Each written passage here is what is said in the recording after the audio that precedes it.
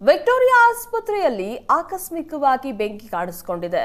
Switch ಬೋರ್ಡ್ನಿಂದ short circuit ಆಗಿದ್ದು ಸುಟ್ಟ ಗಾಯಗಳಾಗಿದೆ. ಕೆಲವೊಂದಿಷ್ಟು ರೋಗಿಗಳಿಗೆ ಅವರನ್ನ ಶಿಫ್ಟ್ ಮಾಡಲಾಗಿದೆ. 23 ರೋಗಿಗಳ ಬಚಾವ್ ಮಾಡಿದ್ದಾರೆ ಸಿಬ್ಬಂದಿ. ಮಧ್ಯರಾತ್ರಿ 3 ಗಂಟೆಗೆ ಕಾಣಿಸಿಕೊಂಡಂತಹ ಬೆಂಕಿ. ವಿಕ್ಟೋರಿಯಾ ಆಸ್ಪತ್ರೆಯಲ್ಲಿ ಆಕಸ್ಮಿಕವಾಗಿ ಬೆಂಕಿ ಕಾಣಿಸಿಕೊಂಡಿದೆ.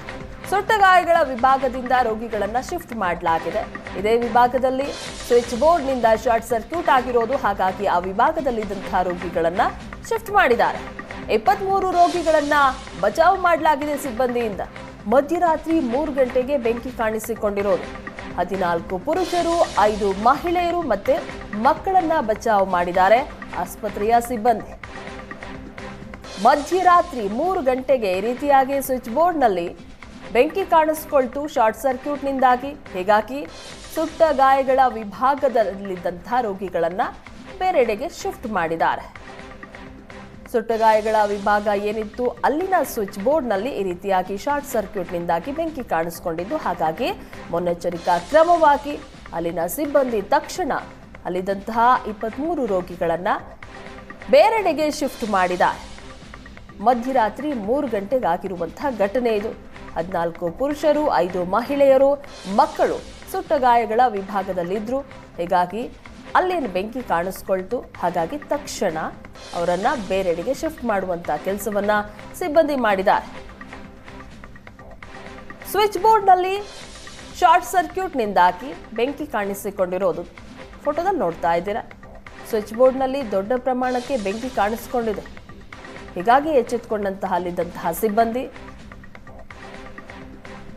ಸುಟ್ಟ ಗಾಯಗಳ ವಿಭಾಗದಿಂದ ರೋಗಿಗಳನ್ನ ಶಿಫ್ಟ್ ಮಾಡಿದ್ದಾರೆ ಬೇರೆ ವಾರ್ಡ್ಗೆ.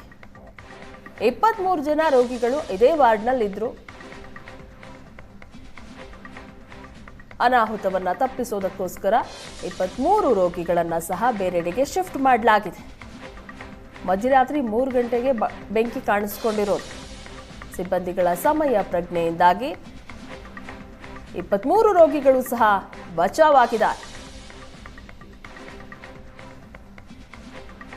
ಶಾರ್ಟ್ ಸರ್ಕ್ಯೂಟ್ನಿಂದ ಆಗಿರುವಂತಹ ಘಟನೆ ಇದು.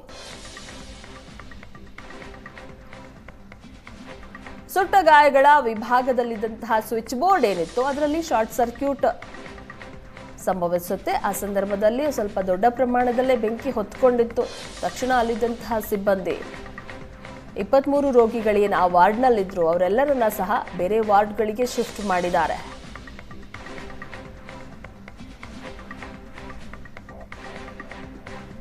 ಹದಿನಾಲ್ಕು ಪುರುಷರು, 5 ಮಹಿಳೆಯರು, ಮಕ್ಕಳು ಈ ಘಟನೆಯಿಂದಾಗಿ ಬಚಾವಾಗಿದ್ದಾರೆ.